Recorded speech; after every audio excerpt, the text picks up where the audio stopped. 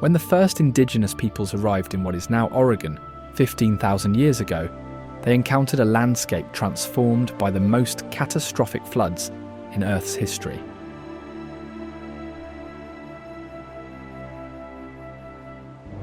Waters powerful enough to move boulders the size of houses had carved the Columbia River Gorge, creating cliffs that towered thousands of feet above the valley floor.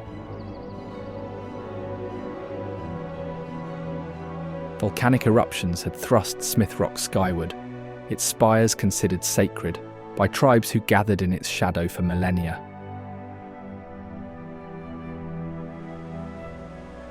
And along a coastline so treacherous, it would later claim over 2,000 ships.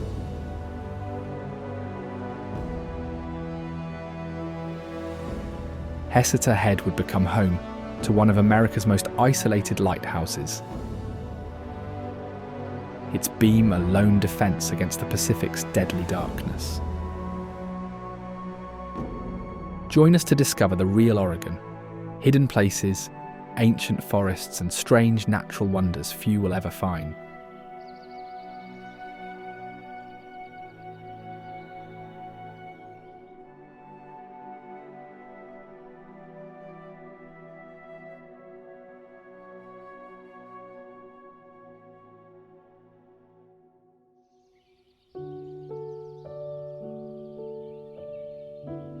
Crater Lake National Park is home to the deepest lake in the region, isolated and among one of the cleanest natural bodies of water.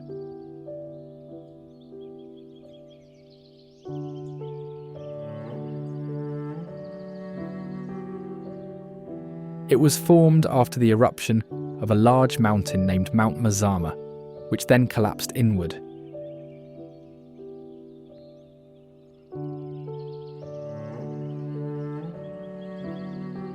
Interestingly, the lake has no rivers flowing into or out of it, as its water levels are maintained purely through precipitation and evaporation.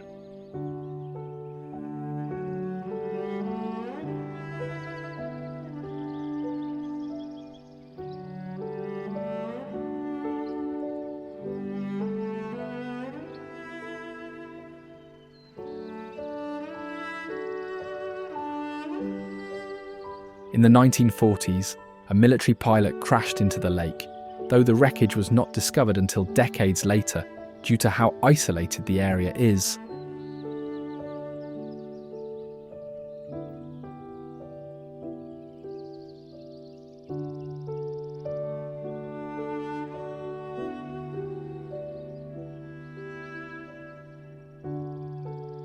Lightning often strikes the surrounding rim, sparking fires that are closely monitored.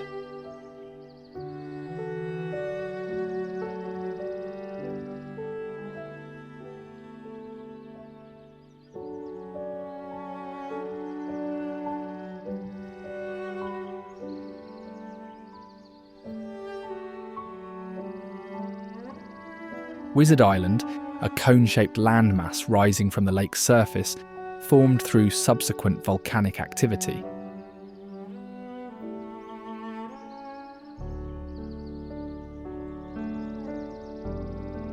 Trails along the rim provide access to viewpoints, while a steep path leads to the shore, where boat tours depart.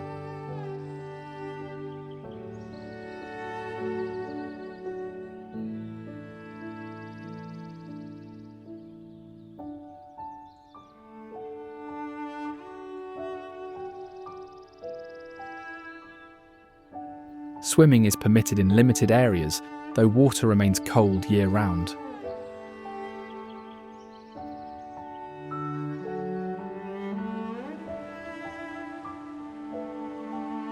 Heceta Head Lighthouse is a historically prominent lighthouse on a rugged headland along the Pacific Northwest coast.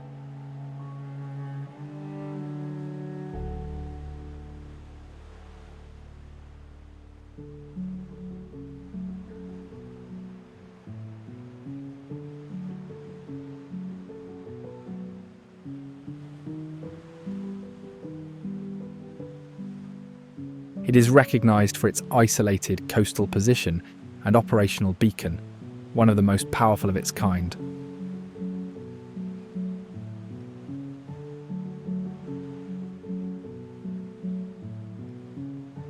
Named after Bruno de Heceta, a Spanish Basque explorer who charted the area in the 18th century, the structure was built to address hazardous maritime conditions.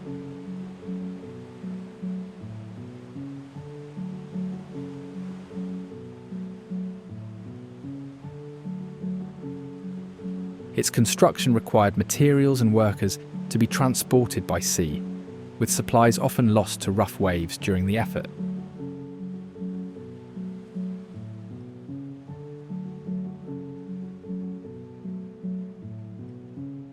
A nearby keeper's residence, now repurposed, once housed workers who maintained the light through storms and isolation.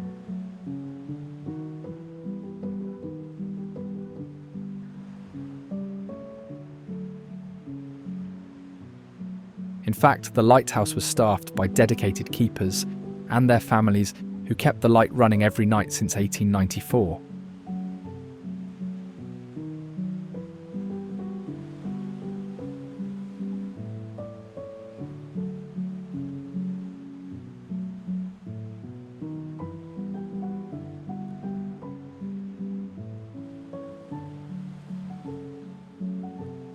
However, it was fully automated by 1963, and the last resident keeper retired as the Coast Guard took over operations.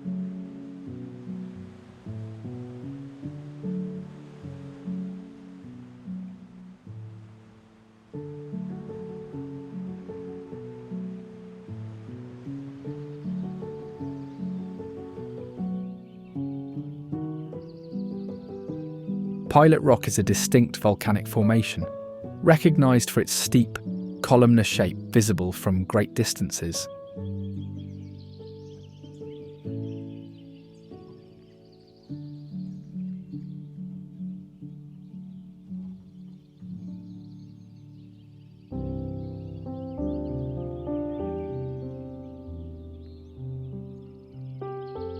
The rock formed as magma hardened inside an ancient volcano, later exposed by erosion.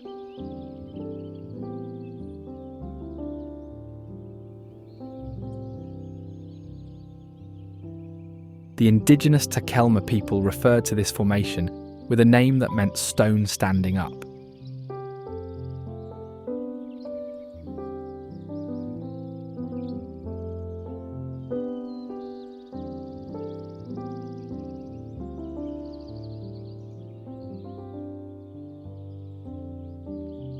Early settlers initially called it Boundary Mountain, but by 1841, during the United States exploring expedition, the formation was renamed Emmons Peak after a naval officer with the expedition.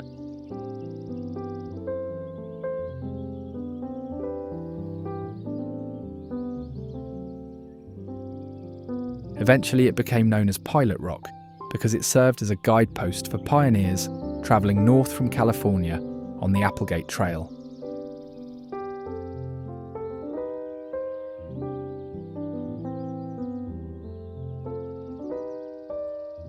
The site attracts climbers drawn to its technical routes, requiring skill to navigate loose rock and sheer faces.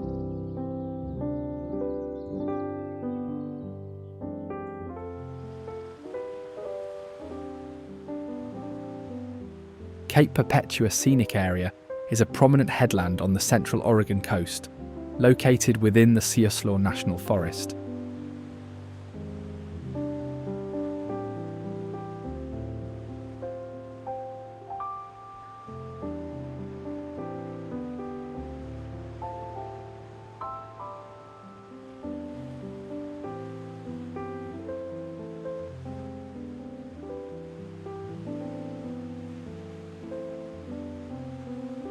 It is defined by its collision of volcanic rock and ocean, creating waves that crash into sea caves and surge through narrow channels.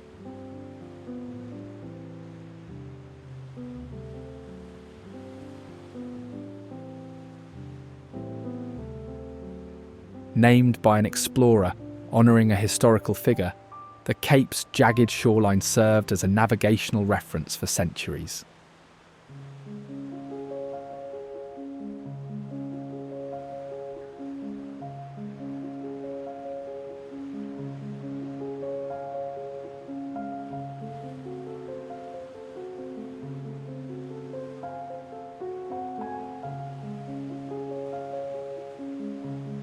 For at least 6,000 years, Native American tribes, including the Alsea people, inhabited the area, relying on its abundant marine resources.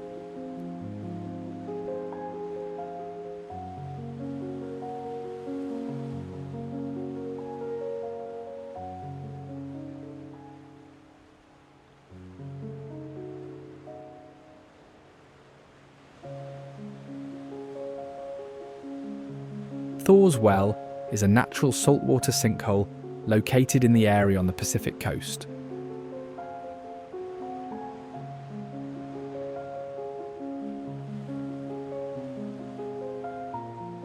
Waves crash into a hole in the basalt rock, and the water seems to pour down into the earth.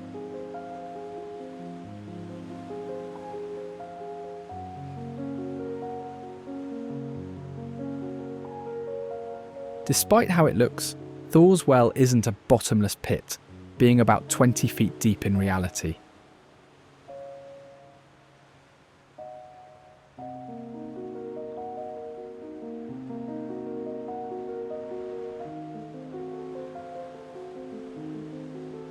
It is part of a broader stretch of volcanic rock, all of which is shaped by the same volcanic activity that formed much of the coastline.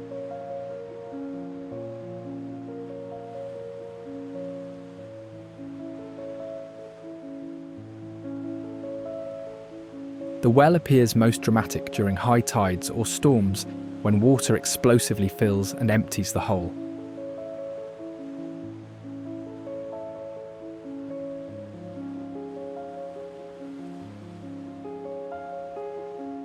Despite its allure, hazardous surges have swept unprepared observers into adjacent rocks.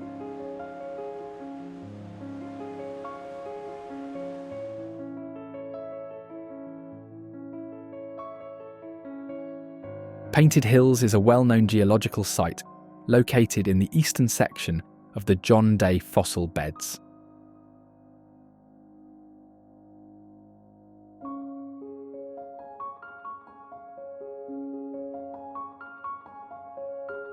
It is distinguished by banded claystone layers in shades of red, gold and black, caused by mineral deposits from shifting climates and volcanic activity.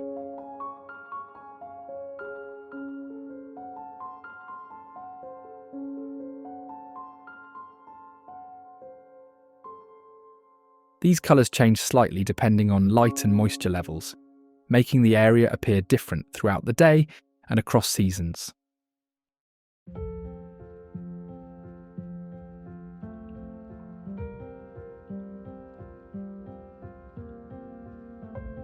Early settlers initially dismissed the hills as barren, but scientists later identified them as a key site for studying prehistoric ecosystems.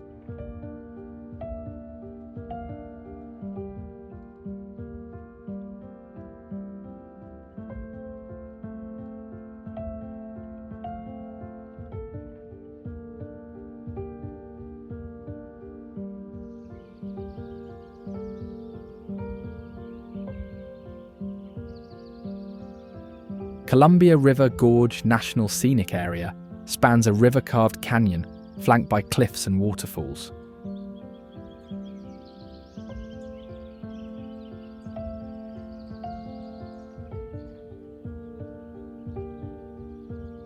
Located along the Oregon-Washington border, the area is recognized for its combination of river, forest, and basalt walls shaped by floods and volcanic activity over time.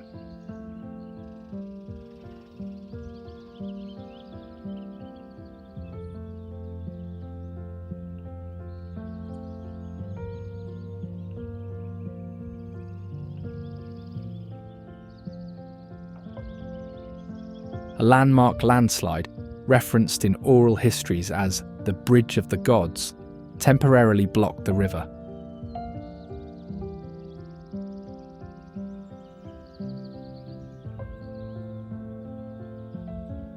Settlers later constructed a highway with stonework viaducts, blending engineering into the cliffs.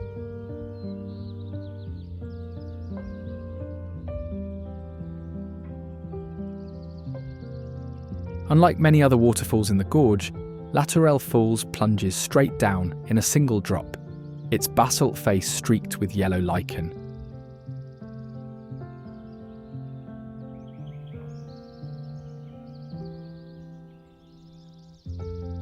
The columnar basalt behind the water shows clear hexagonal formations created by slow cooling lava.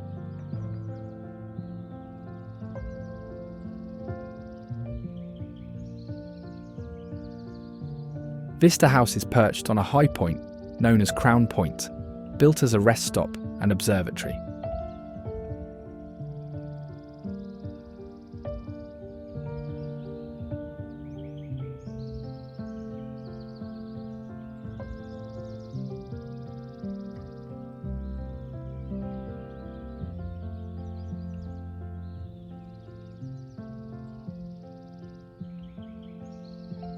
It features early 20th century Art Nouveau design and offers panoramic perspectives of the Gorge's scale.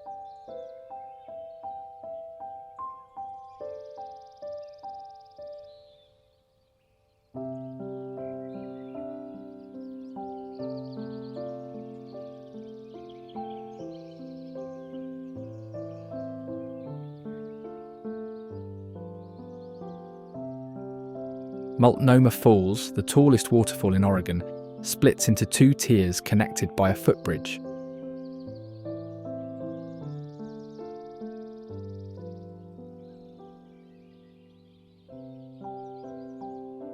The falls are fed by underground springs and surface runoff, flowing year-round.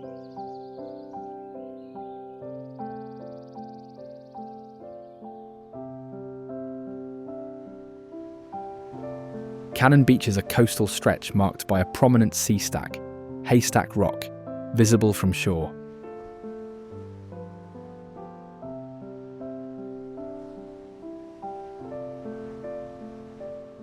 Its name comes from an actual cannon that was part of a US Navy schooner wrecked nearby and washed ashore in the 1800s.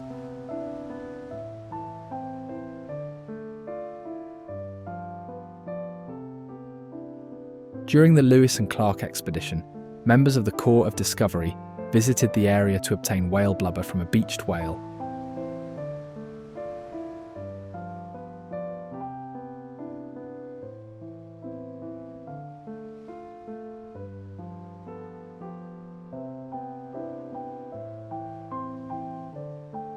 This event is one of the earliest recorded interactions between the expedition and the local coast.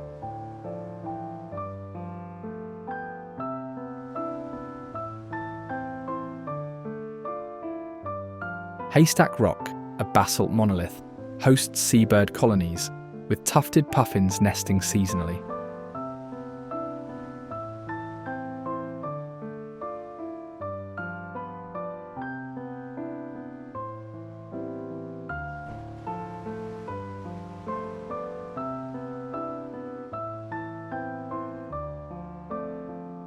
Tide pools at its base hold anemones and starfish, accessible during low tides.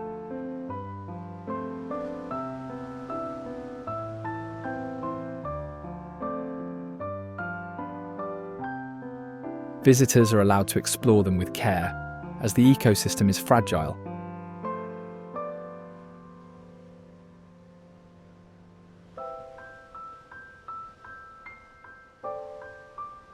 The beach's flat, compact sand allows long walks, while surfers frequent colder waters offshore.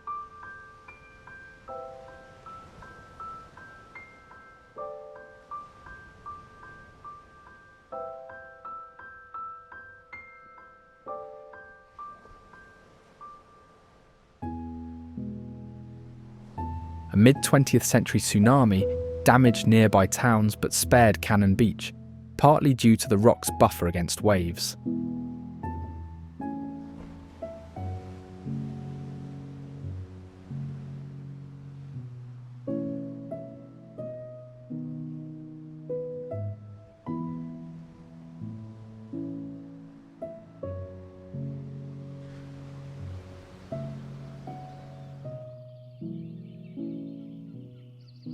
The Willamette Valley is a long, fertile plain bordered by mountain ranges and drained by the Willamette River.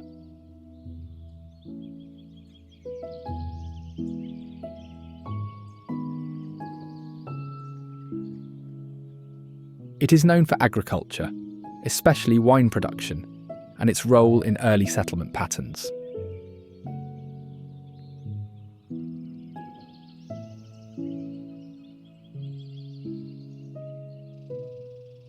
The valley's soil, formed from volcanic activity and ancient floods, supports farming across a wide area.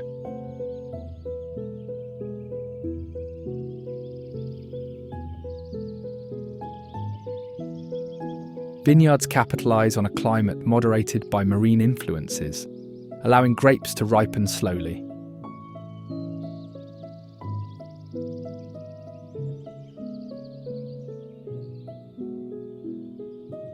As a result, it is renowned for the production of its world-class Pinot Noir, among other varieties.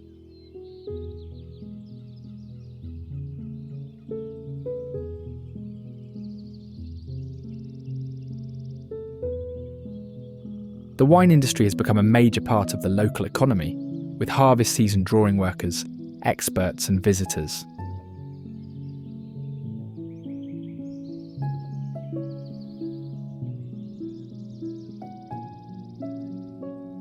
The grape harvest season typically occurs in early fall, drawing visitors for wine tastings and tours.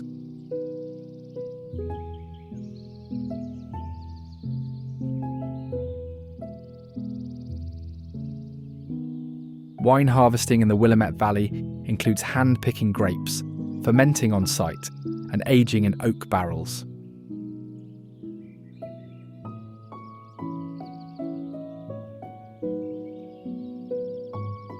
Many small producers operate alongside larger estates, with tours and tastings being common.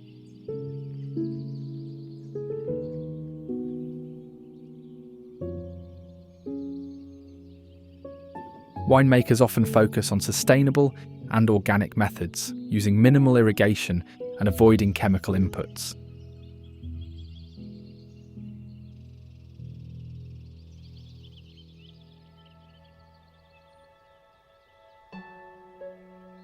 Interestingly, there is a unique practice that involves using falcons to deter birds from damaging grapes, reducing reliance on nets.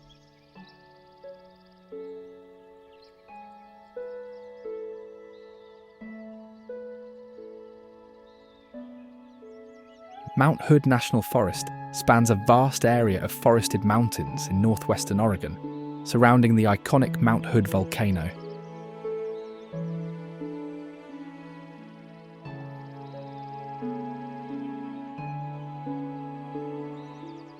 It is known for its striking alpine landscapes and extensive outdoor recreation opportunities, anchored by Mount Hood itself, the highest peak in the state of Oregon.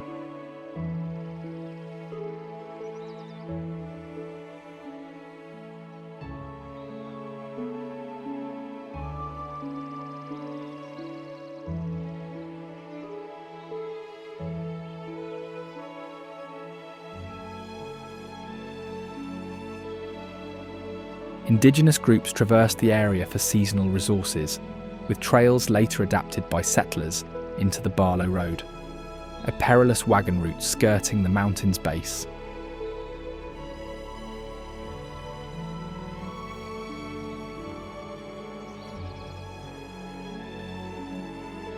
The forest's ecology shifts from dense fir stands to alpine meadows dotted with glacial silt pools.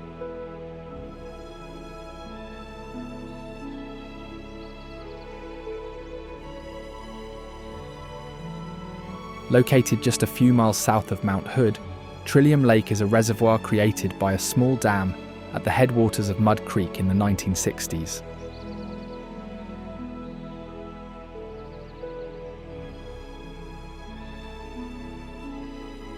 It was named after the trillium wildflowers common in the area.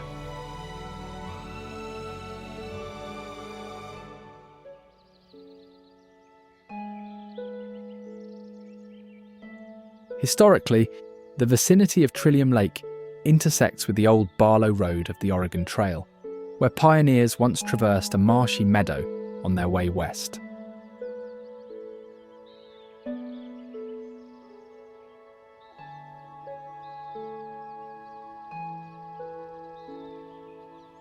Today, this lake has become famous for its calm waters that perfectly reflect Mount Hood's snowy peaks on clear days.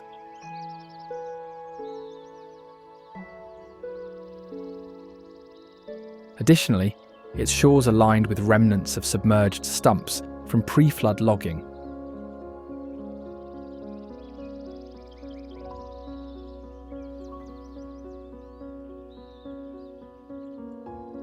Little Crater Lake, a cold spring-fed pool, formed when water dissolved softer rock beneath the clay, creating a deep, clear column.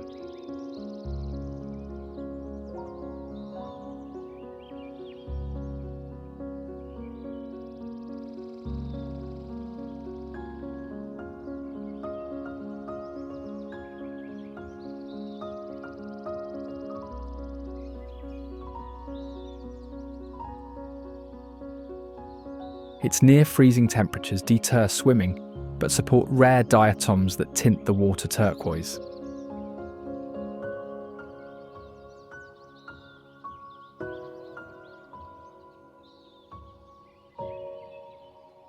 Geologists consider the body of water a geologic oddity, with early theories speculating it might have formed from a collapsed lava tube due to its near-vertical banks.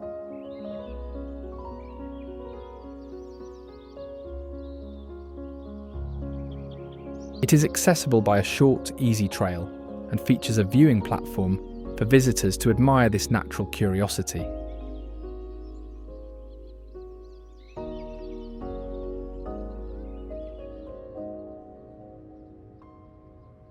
Located in the southern part of the Rogue Valley is the charming city of Ashland, anchored by the annual Oregon Shakespeare Festival.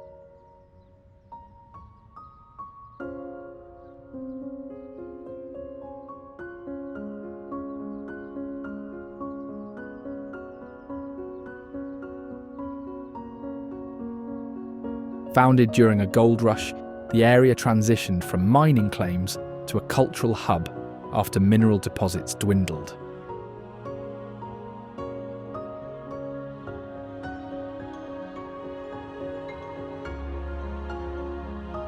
A Chautauqua movement in the early 20th century established performance spaces, later evolving into the Shakespeare-focused institution that defines its identity.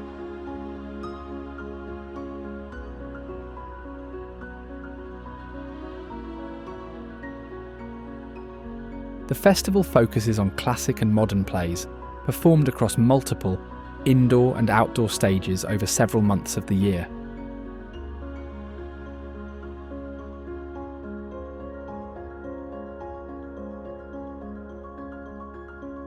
Additionally, the city has one of the oldest, continuously operating theatres on the West Coast.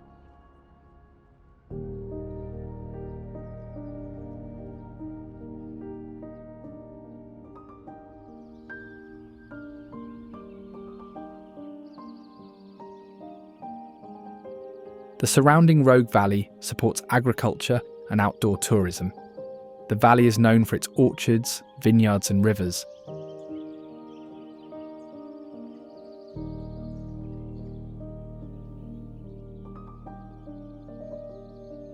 Wineries offer tastings, and the river is popular for rafting and fishing.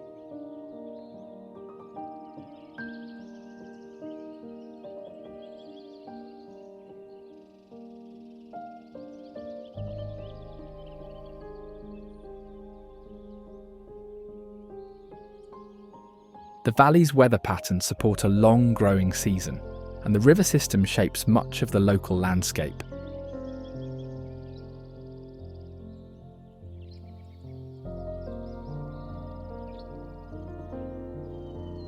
Emigrant Lake, a reservoir expanded for flood control, features an artificial wave pool fed by diverted river currents, a rare inland surfing opportunity.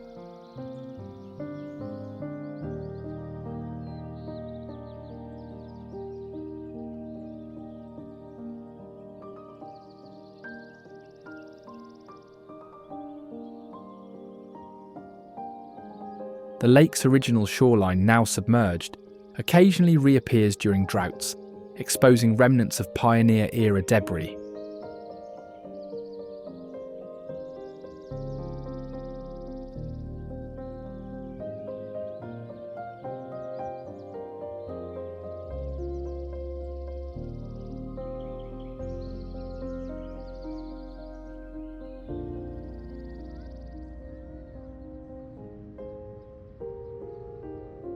small city of Bend sits along the Deschutes River, with the Cascade Mountains defining its western horizon.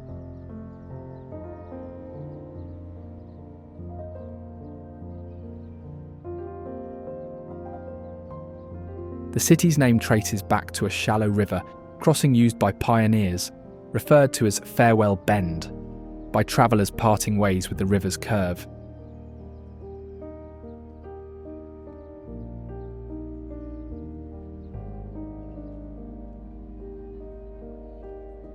It serves as a gateway to mountain peaks, high desert terrain, and freshwater lakes.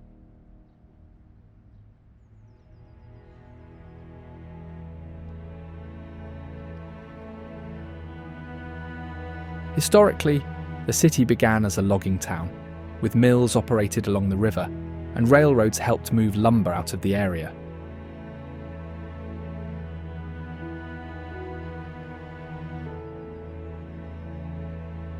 For a time, Bend had one of the largest pine sawmills in the region.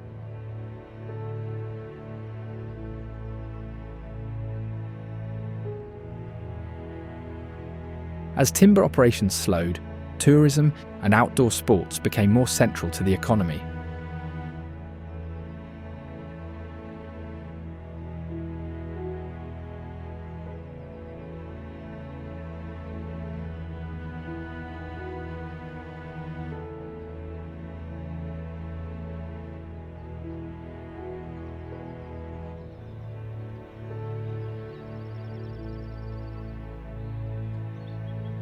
The Deschutes River flows directly through town, as it once served as a source of power and irrigation.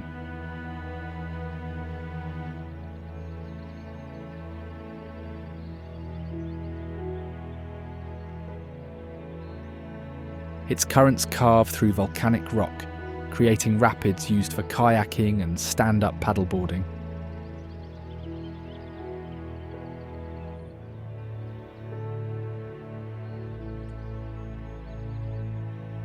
A section near downtown was engineered into a whitewater park, where artificial waves draw enthusiasts year-round.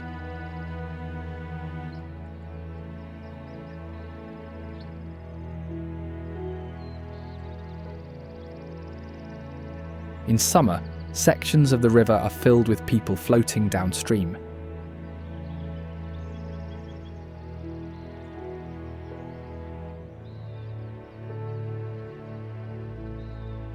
It is also known for fly fishing, with trout and steelhead in different stretches.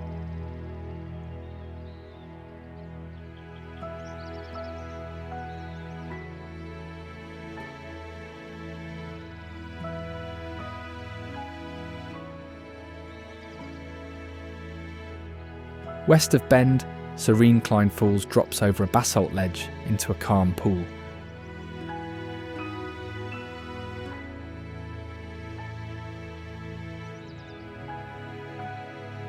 While not very tall, the site once had a hydroelectric plant, though it was dismantled after changes in river use, and is now a park area.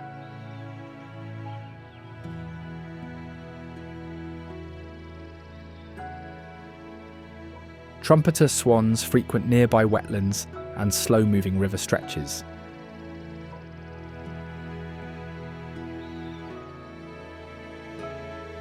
These birds are North America's largest native waterfowl, identifiable by their straight necks and low, resonant calls.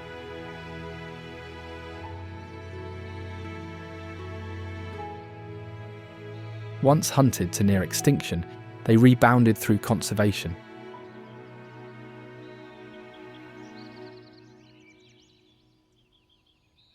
In Bend's colder months, they gather in small flocks, feeding on aquatic plants.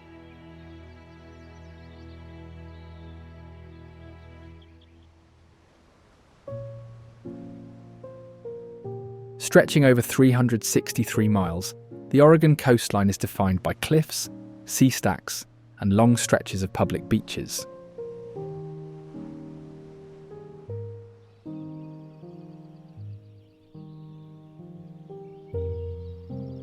It is known for its convenient public access, with every inch of the coastline open to the public, due to a law passed in the 20th century.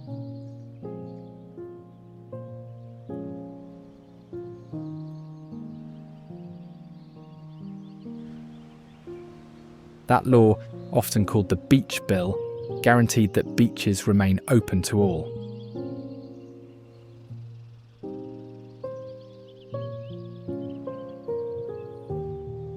Known for shipwrecks, the coastline earned the nickname Graveyard of the Pacific due to turbulent weather and shifting sandbars that have sunk hundreds of vessels.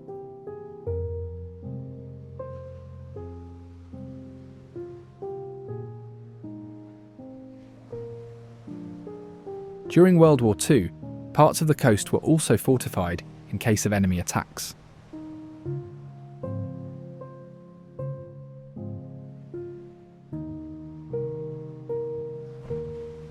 In one rare incident, a Japanese submarine shelled a forest near Brookings, which was one of the only direct attacks on the mainland during the war.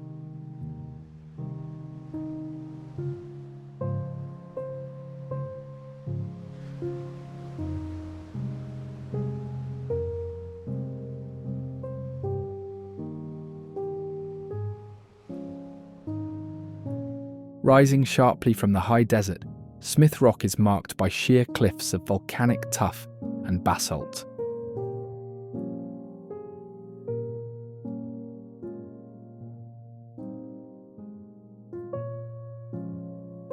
Meanwhile, the park itself is known for its other geological features, such as spires and canyon walls formed from ancient volcanic activity.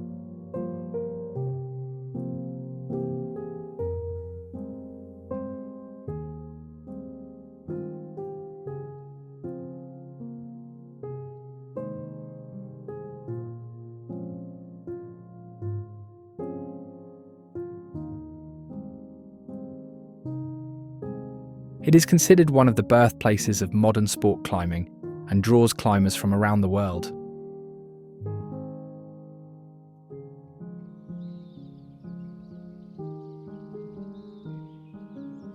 Hikers traverse trails weaving through sagebrush to viewpoints overlooking the park's jagged skyline.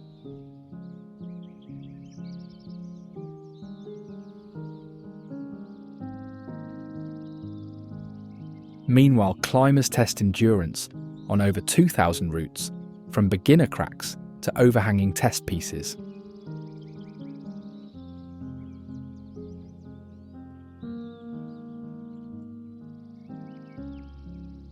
The Willamette National Forest covers a large section of the Western Cascade Mountains, home to mountains and valleys dominated by Douglas fir and western hemlock.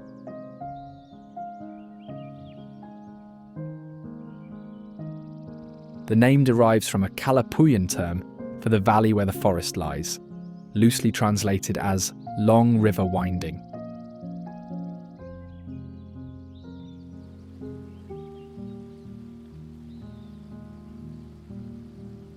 Proxy Falls, a two-tiered cascade, flows through a lava field and then drops in a wide fan down a moss-covered cliff.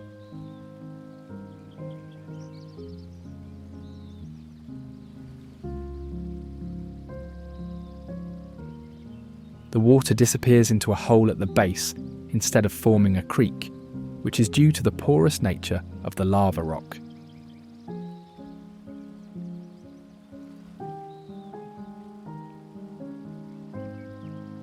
The falls freeze partially in winter, creating jagged ice formations.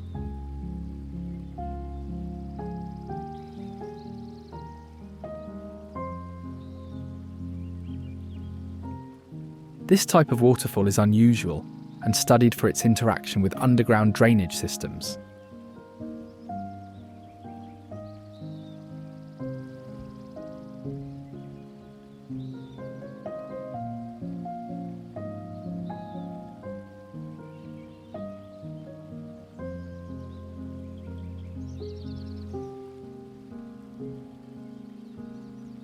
The Mackenzie River cuts through the forest, running cold and fast.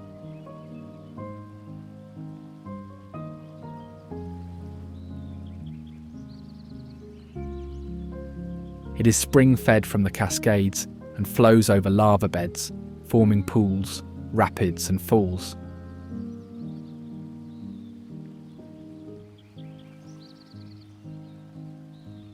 The river supports trout and salmon and is used for fishing rafting, and scientific monitoring.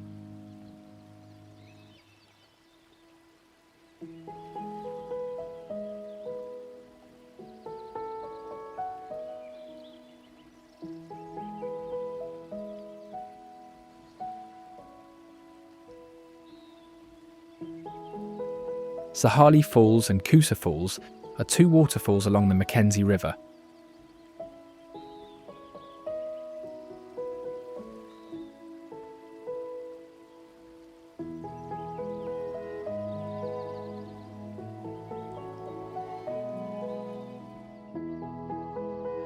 Downstream, Coosa Falls drops into a deep pool surrounded by forest.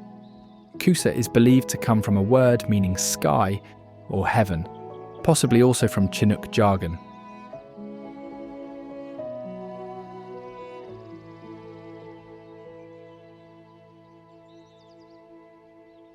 Both falls are located along a well-known loop trail and show how lava shaped the river's course.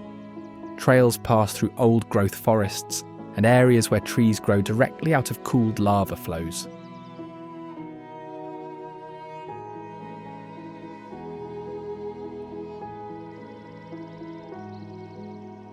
Sahali Falls is higher and more forceful, dropping over a basalt ledge formed by lava.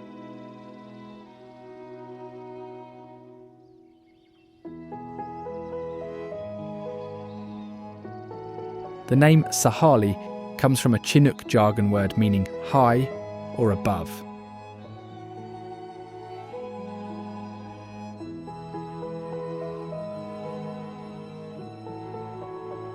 Perched where the Coquille River meets the Pacific, Bandon is defined by its wind-sculpted shorelines and sea stacks.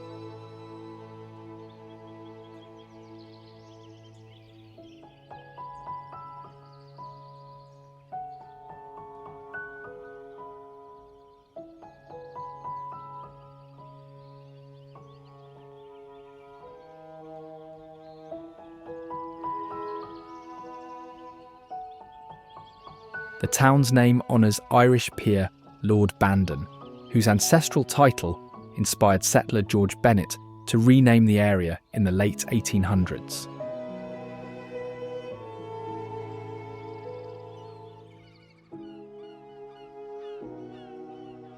Bandon Beach is one of the most recognisable features in the area, lined with large sea stacks left behind by erosion.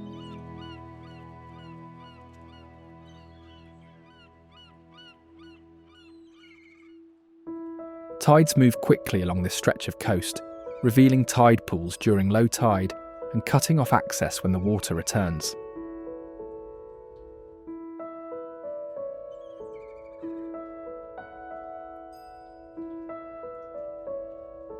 Driftwood often piles up along the shore, carried in by winter storms and strong currents.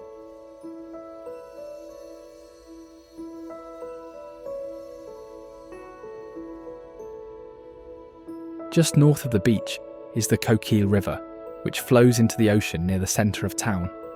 The river has long been used for fishing and navigation, but its mouth is known to shift due to sediment buildup.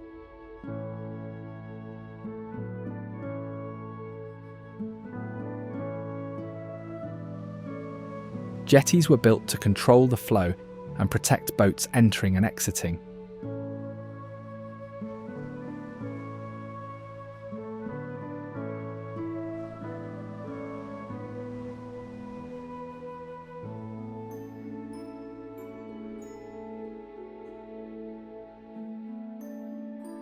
A historic swing bridge, manually operated until the mid-20th century, still spans the river's upper reaches.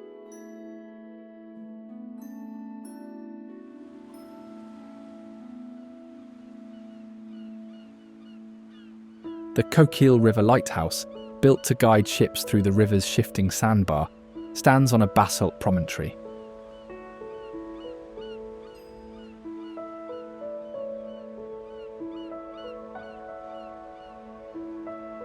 Automated decades ago, its original Fresnel lens was removed, but later reinstalled as a display.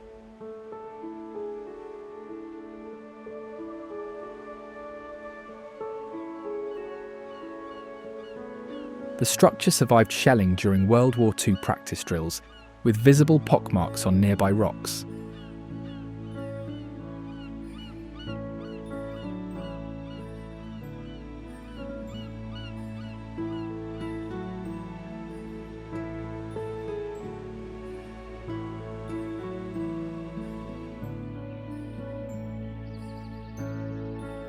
Named for the seasonal bloom of purple vetch flowers that blanket its slopes, these hills are defined by rolling waves of violet hues each spring.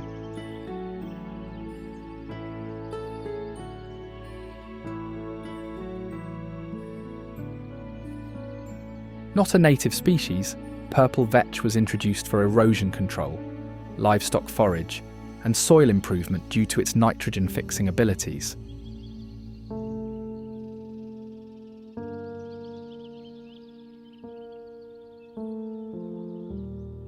Because it helps restore nutrients to the soil, it was considered useful in poor or overworked fields.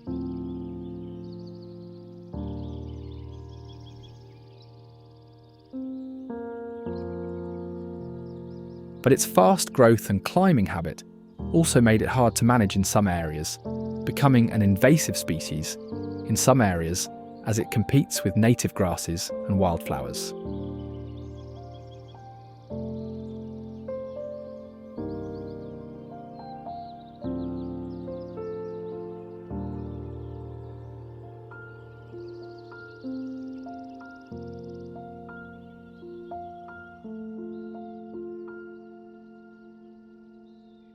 Named for its elongated, sinuous shape, rather than the presence of eels, Eel Lake stretches through a valley flanked by conifer forests.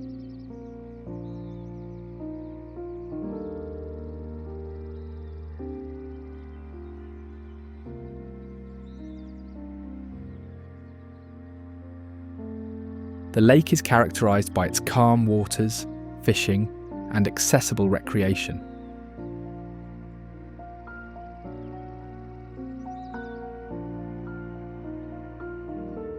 Unlike nearby coastal lakes influenced by tides, it stays fresh due to its location, an inflow from natural springs and rainfall.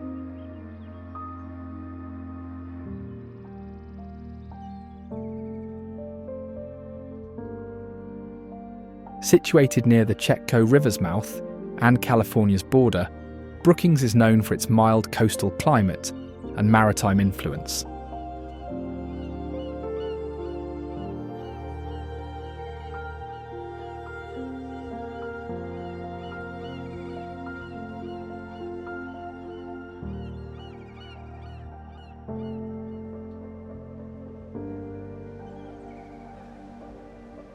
The town's name honours the Brookings Lumber Company, founded by entrepreneur Robert S. Brookings, who aimed to establish a timber-driven economy.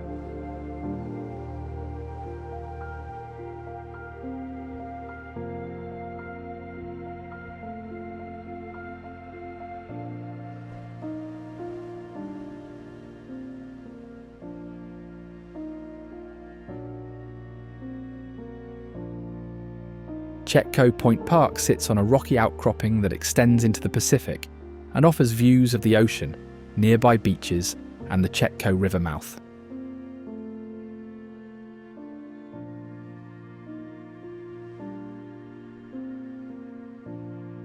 The park includes tide pools, rock formations, and walking trails.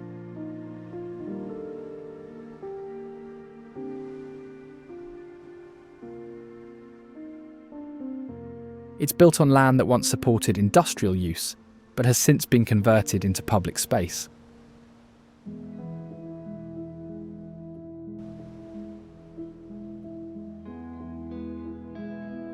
The point also played a role in early shipping, as vessels navigating the coast used landmarks like this one for positioning before the establishment of modern navigational aids.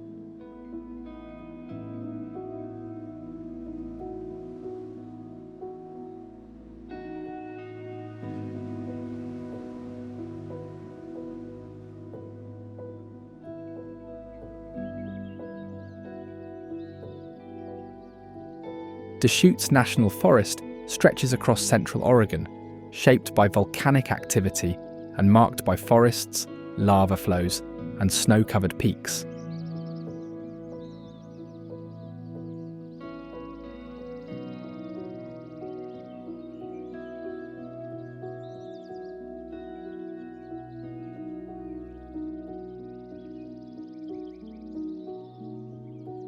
It is defined by outdoor recreation, forest research, and geological formations created by past eruptions.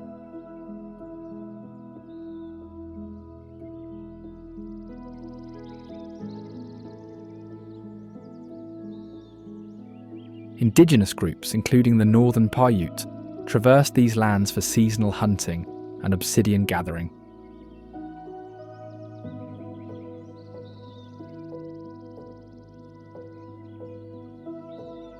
Settlers later clashed over grazing rights, while railroads and logging camps carved temporary settlements into the woods.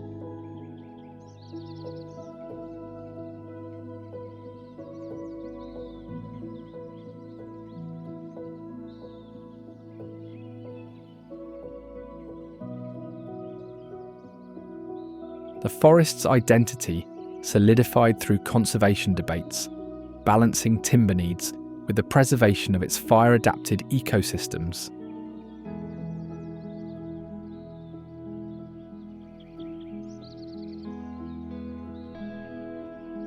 The Cascade Mountains cut through the western edge of the forest.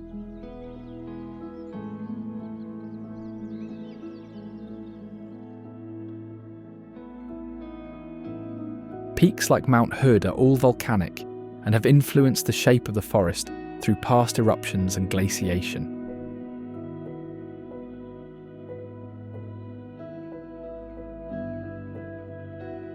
These mountains still shape the weather, sending snow and rain eastward to feed streams, lakes, and reservoirs.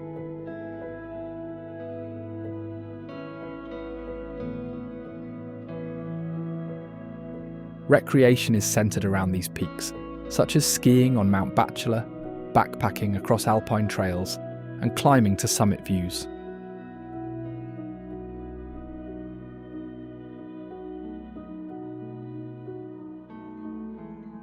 Sparks Lake is a shallow, high-elevation lake west of Bend.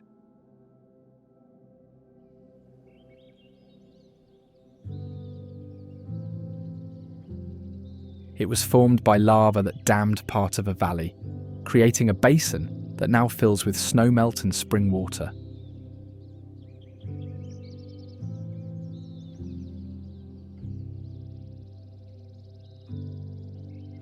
The lake has no visible outflow, as water seeps underground through lava rock instead.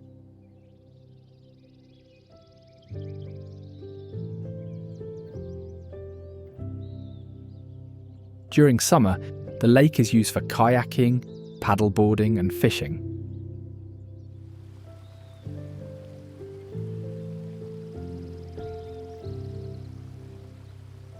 Tumalo Falls is a tall waterfall where Tumalo Creek drops over a basalt cliff.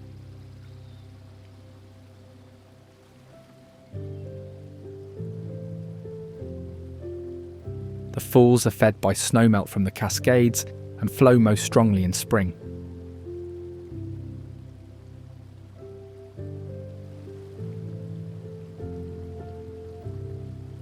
A trail leads to the top of the falls, and beyond it, more cascades and smaller waterfalls continue upstream.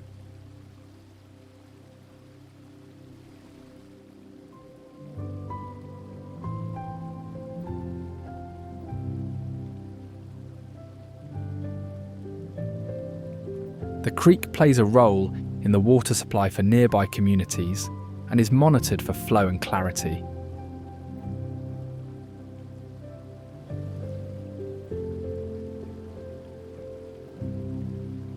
Early 20th century hydroelectric projects attempted to harness its drop, but abandoned pipes rusted in nearby brush.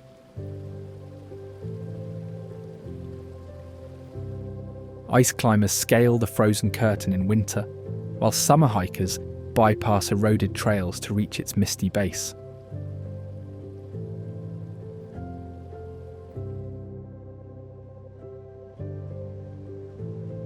Occupying a windswept headland with pale cliffs on the westernmost point in Oregon, Cape Blanco derives its name from early European explorers' term for the site's chalky limestone bluffs.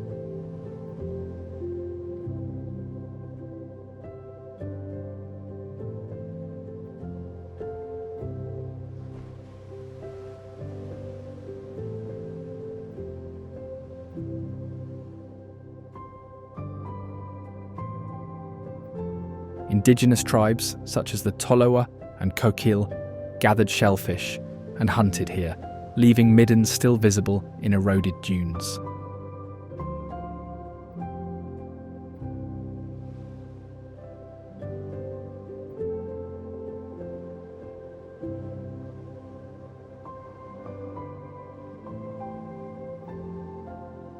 During early settlement, Cape Blanco became part of travel routes along the coast.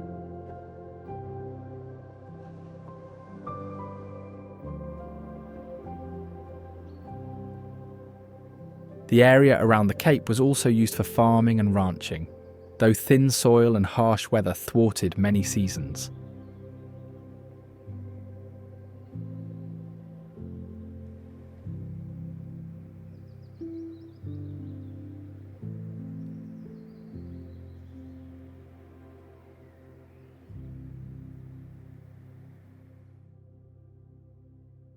The most prominent feature in the park is the Cape Blanco Lighthouse, which is the oldest continually operating lighthouse on the Oregon coast.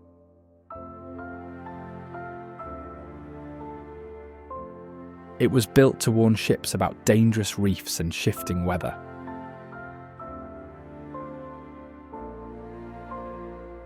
The lighthouse stands at the point where ocean currents and wind can change rapidly, with its signal vital for mariners navigating the foggy and rocky coastline.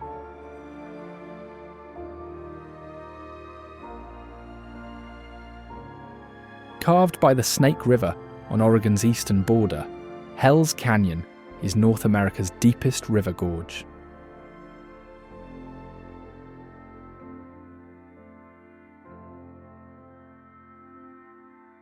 The canyon is part of the larger Wallowa Mountains and Seven Devils Range, shaped by volcanic activity, glacial movement, and water erosion.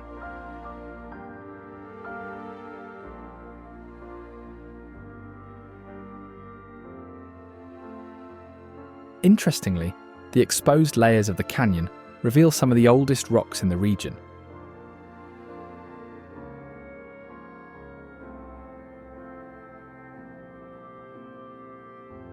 These included metamorphic and volcanic formations from deep below the Earth's surface.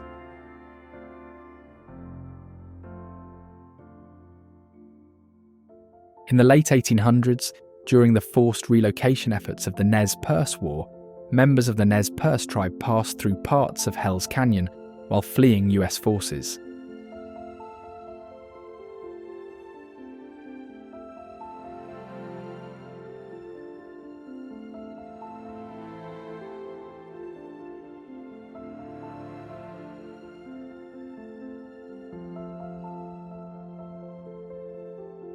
The rugged terrain both challenged and protected them, allowing for temporary refuge before further pursuit.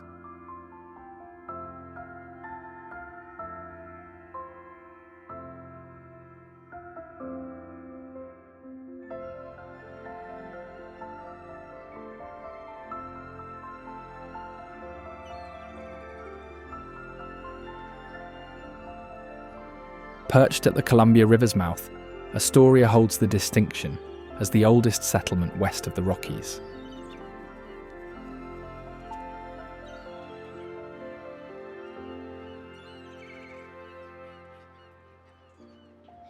Its name honours John Jacob Astor, whose fur trading venture established a short-lived outpost here in the early 19th century.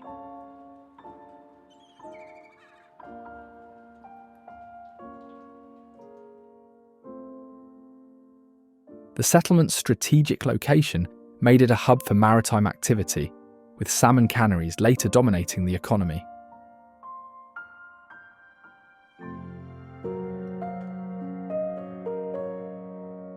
A catastrophic fire in the early 20th century razed much of the wooden downtown, prompting reconstruction in brick and stone, exemplified by surviving Victorian homes with ornate gables and widows' walks.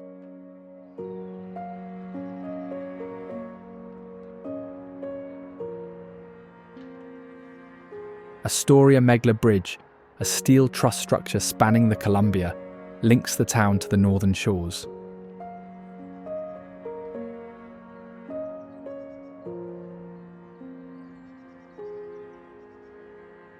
Completed in the 1960s, it is the longest continuous truss bridge in North America and replaced a ferry system that once carried cars across the river.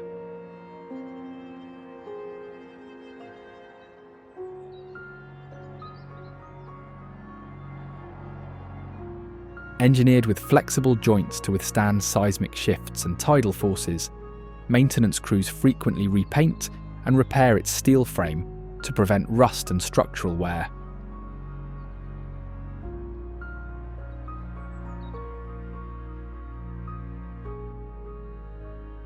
At its highest point, it provides clearance for ships heading up the Columbia to inland ports.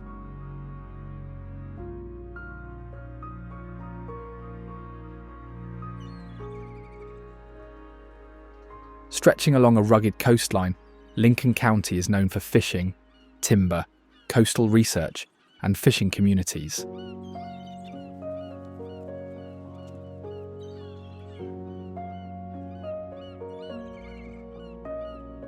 The county was named after Abraham Lincoln during a period when new counties were being established along the Pacific coast.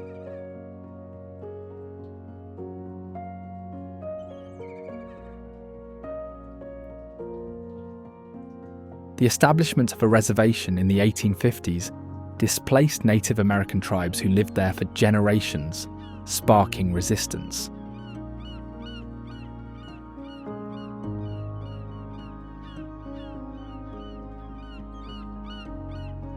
Later, loggers and fishermen exploited the region, leaving ghost towns where mills once hummed.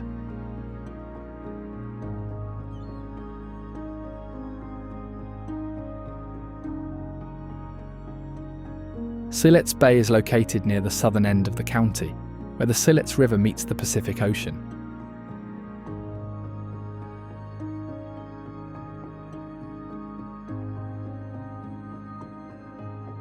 The bay is shallow, with sandbars, mudflats, and channels that shift with the tides.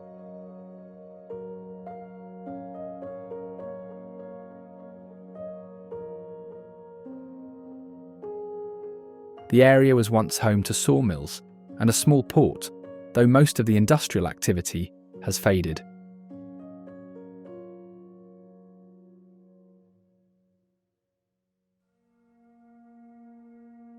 Now it is a protected estuary, with conservation efforts focused on restoring salt marshes, providing habitat for bird species, and improving crabbing opportunities.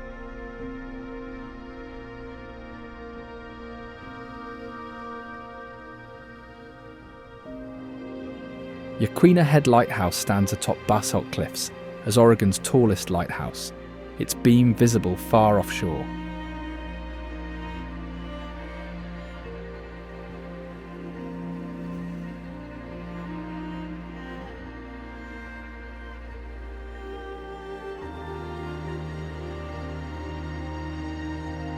Built to guide ships avoiding treacherous reefs, it was constructed with bricks transported by sea and assembled on site.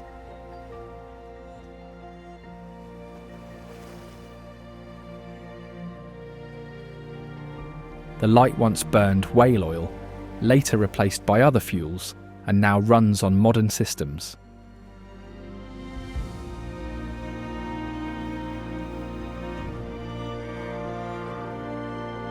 Currently, its Fresnel lens, painstakingly maintained, still rotates on original gears.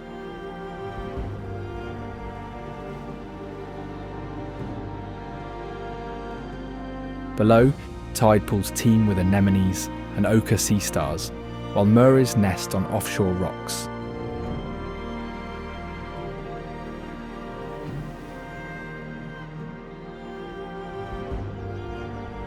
Klamath Lake is one of the largest freshwater lakes in the Pacific Northwest.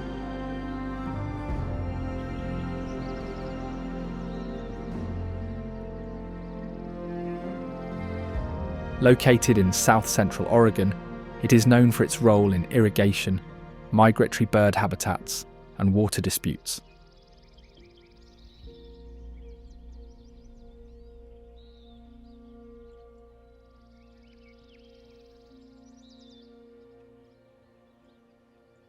The lake is shallow, surrounded by wetlands and volcanic hills, and it feeds into the river of the same name, which flows toward the Pacific Ocean.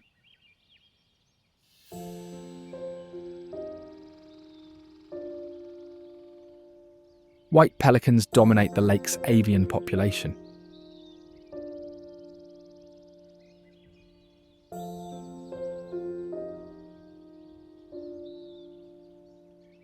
These birds, with wingspans exceeding 3 meters, migrate here to breed on rocky islands.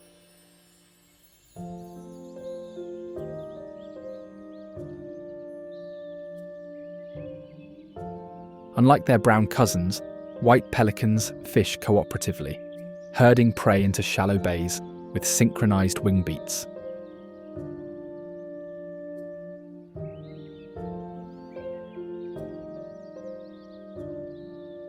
Their pouches, capable of holding over 10 litres of water, drain before swallowing the fish whole.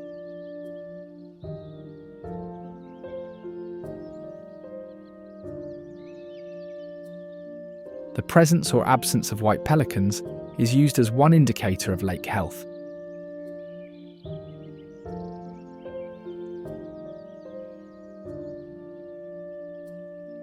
If water levels drop too low, or if fish populations fall due to oxygen depletion, the birds may skip breeding at the lake altogether.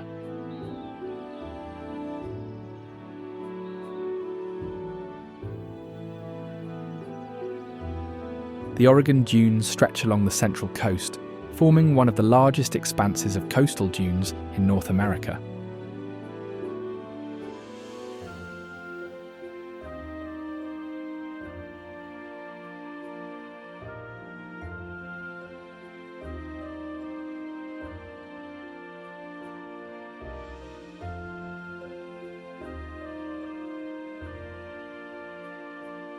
The sand originated from the erosion of inland mountains. Then the rivers carried sediment to the coast, where it was picked up by wind and built into dunes over thousands of years.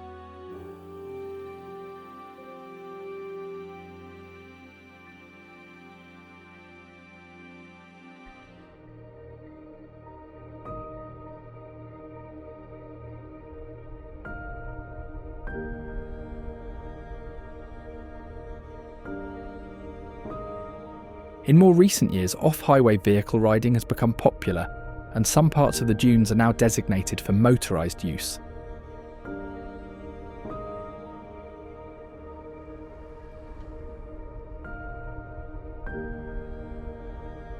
Named after a coin toss between 2 East Coast settlers vying to honour their hometowns, Portland is the state's largest city.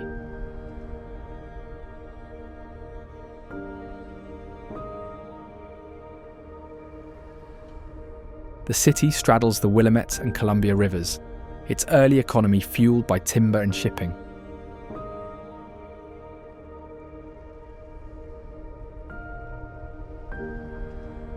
Timber was floated downriver, and goods were shipped in and out through the Columbia.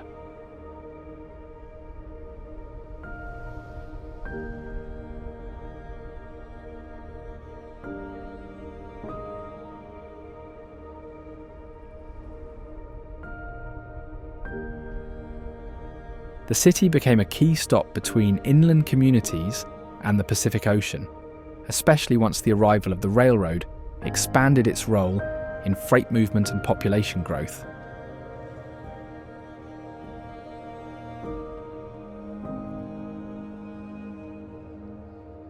By the early 20th century, Portland had established itself as a transportation hub with shipyards, factories, and a strong labour presence.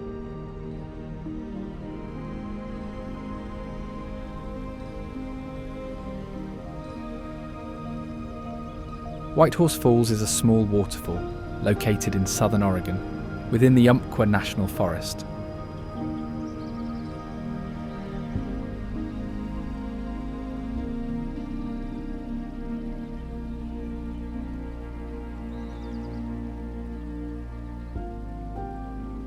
It is known for its wide curtain of water that drops over a ledge into a calm pool below.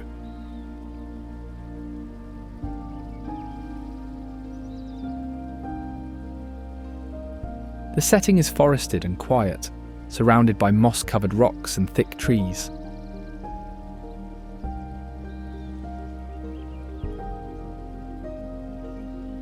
The falls are fed by the Clearwater River, which flows over volcanic terrain shaped by ancient lava flows.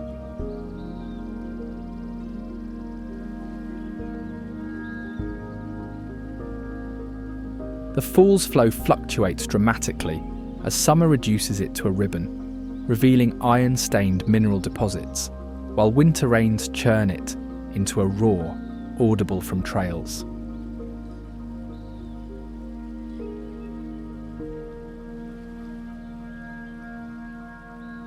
Today there are still no major trails beyond the short walk to the falls, and the area has remained relatively unchanged for decades.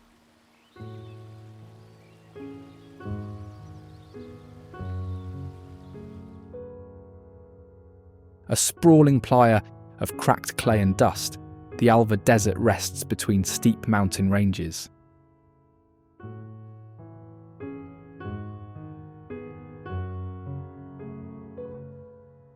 For most of the year, the desert remains dry, though seasonal rains can briefly turn parts of it into a shallow lake.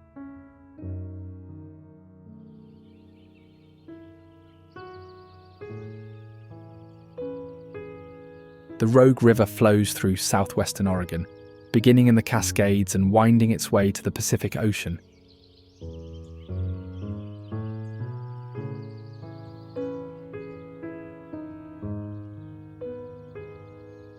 It is known for its rapids, canyons, salmon runs, and long history of both conflict and recreation.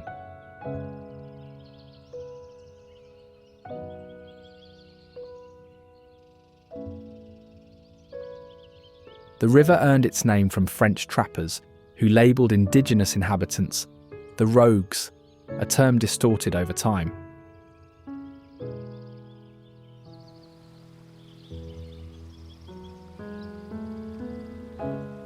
Over time, it became one of the first designated wild and scenic rivers, protected for its ecological and recreational importance.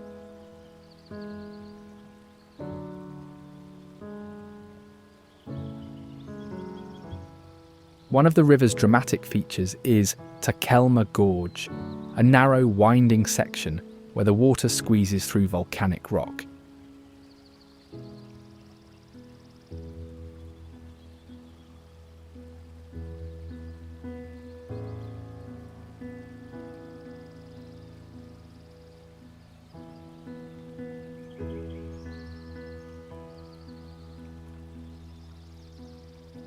The gorge is named after the Coquille people and shows how the river carved deep into lava flows left by earlier eruptions.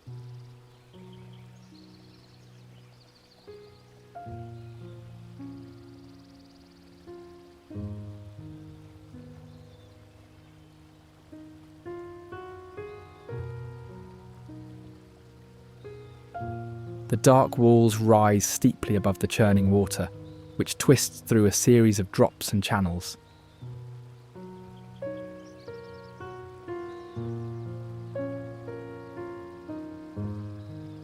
In flood conditions, the gorge can become dangerous, with water levels rising rapidly and surging through tight spaces.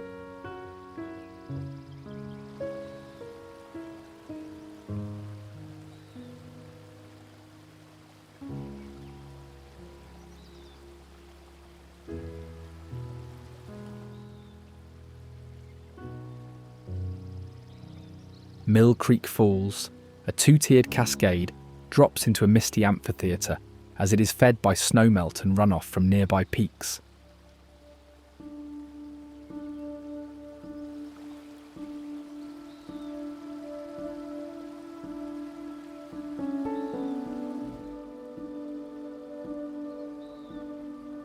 The area around the falls includes more volcanic features, including rock spires and old lava tubes.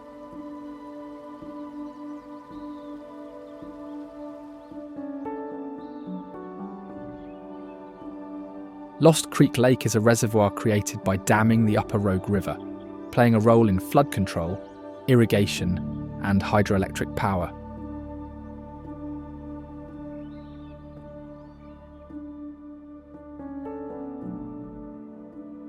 While it altered the original river flow, the lake now supports boating, camping, and fishing.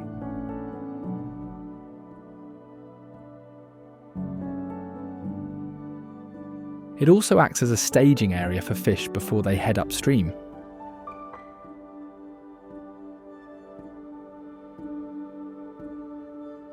Fort Rock is a large, ring-shaped formation in the high desert of central Oregon.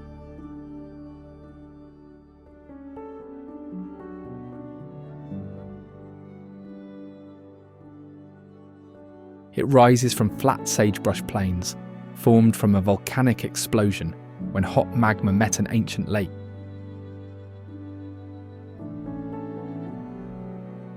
The result was a tuff ring, volcanic ash fused together and later carved by wind and water into steep, jagged walls.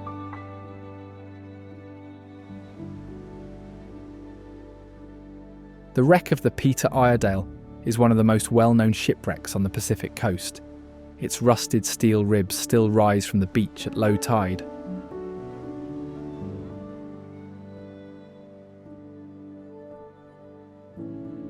The vessel, named after its British owner, a shipping magnate, ran aground on October 25, 1906, when tides and winds overpowered its crew.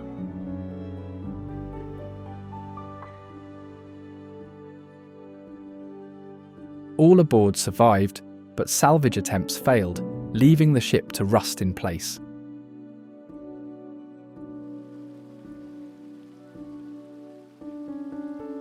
Carved by Silver Creek's persistent flow, Silver Falls State Park is known for its chain of waterfalls along a forested canyon in the western Cascade foothills.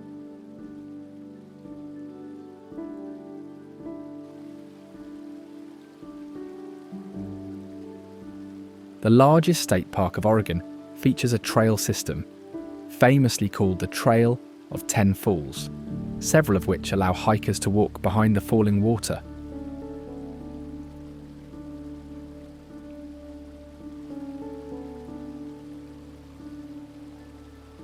These paths go under large rock overhangs where the water passes overhead, which are made possible due to the way lava cooled and cracked, allowing a hollowed-out space behind the flow.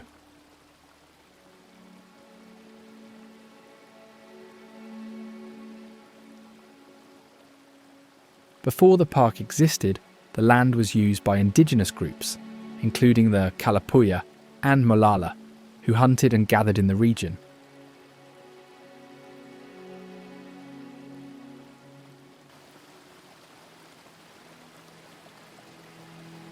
They used trails through the forest to reach seasonal camps and followed the rivers for fishing.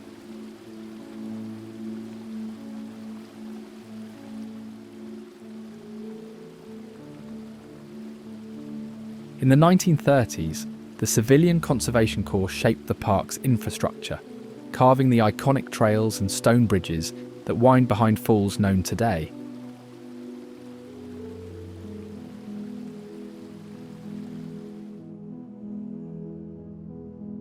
Oregon City is located at the end of the Oregon Trail, built along the Willamette River, just below Willamette Falls.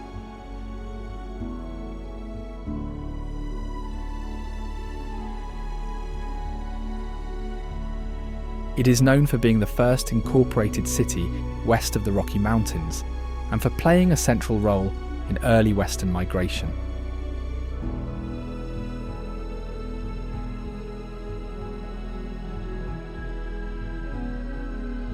Many who travelled overland by wagon settled here, turning it into a supply point and administrative centre in the early days of settlement.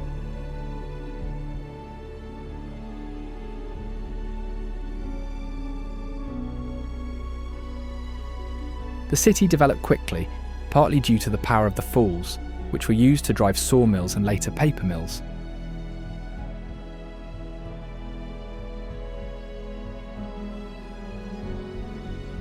Water wheels, turbines, and later hydroelectric generators turned the force of the river into mechanical and electric energy.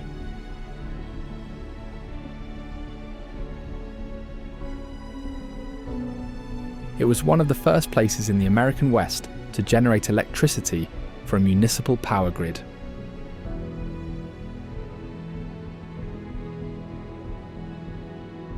Interestingly, the first newspaper west of the Rockies was printed here, its presses advocating for infrastructure and statehood.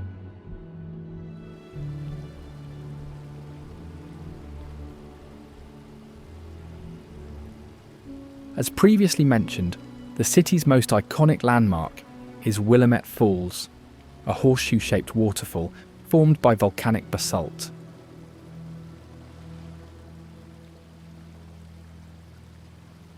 It is the second largest by volume in the Pacific Northwest.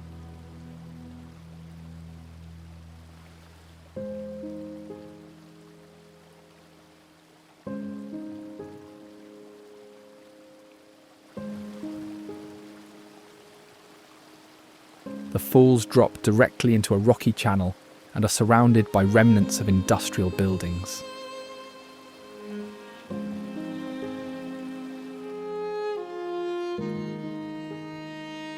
Today, there are ongoing plans to redevelop the riverfront, preserve access, and restore ecological function without erasing the site's industrial past.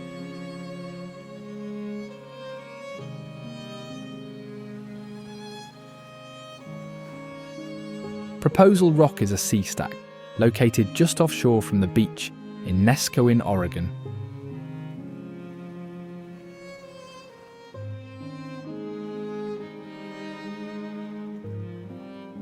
It is recognised by its exceptional shape, rising steeply from the sand and tide like an isolated island.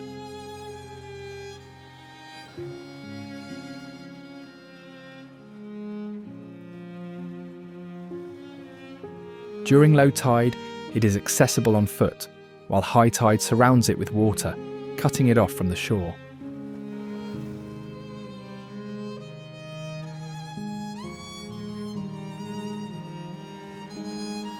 The rock is covered in trees, giving it a silhouette that contrasts with the flat beach and open ocean.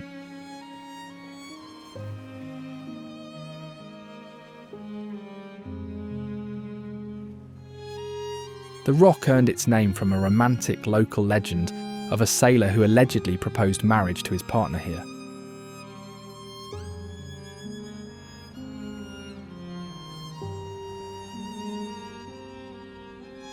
Established as the capital of the state, Salem is a centre of political, agricultural, and historical activity.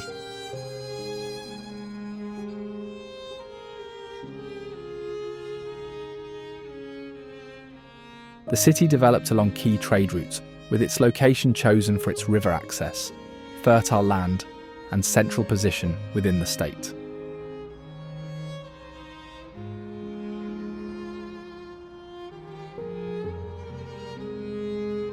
The name Salem was derived from the Hebrew word shalom, meaning peace, as it grew from a mission site into a formal city.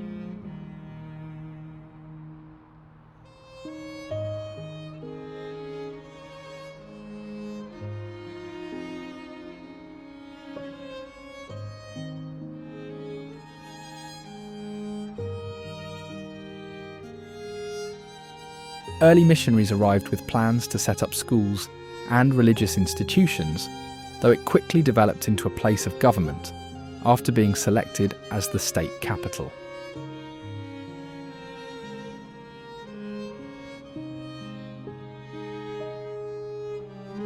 Oregon State Capitol dominates the cityscape, as it is built in an Art Deco style and topped with a gold-covered statue known as the Oregon Pioneer.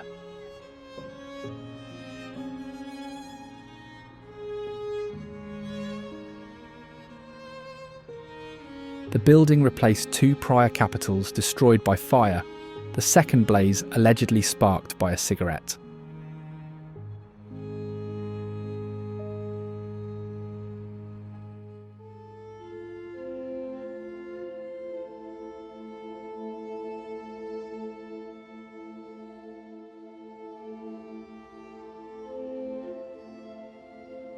Inside, murals depicting settler colonialism have spurred debates over historical erasure.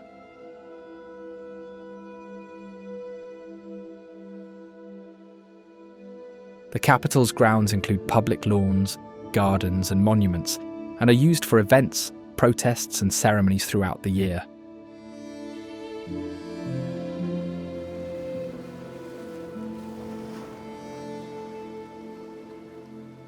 Devil's Punch Bowl State Natural Area is a coastal site known for a hollowed-out rock formation that fills and churns with seawater.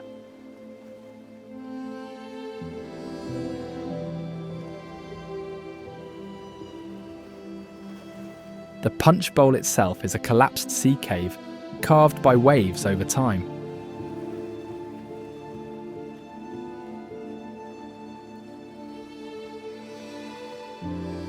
When the tide rises or storms roll in, water rushes in through openings in the rock, crashes against the walls, and sprays upward in bursts.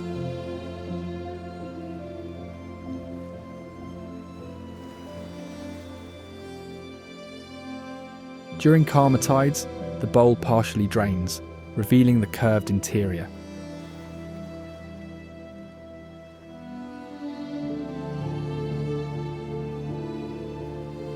Based on geological research, the cave's roof likely fell during an ancient earthquake, leaving jagged walls that amplify wave crashes into a thunderous roar.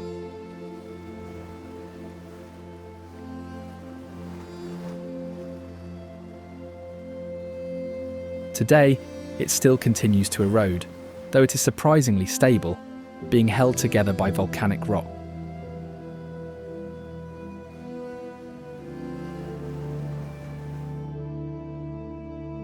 This is Oregon, a land of hidden wonders and remarkable architectural marvels.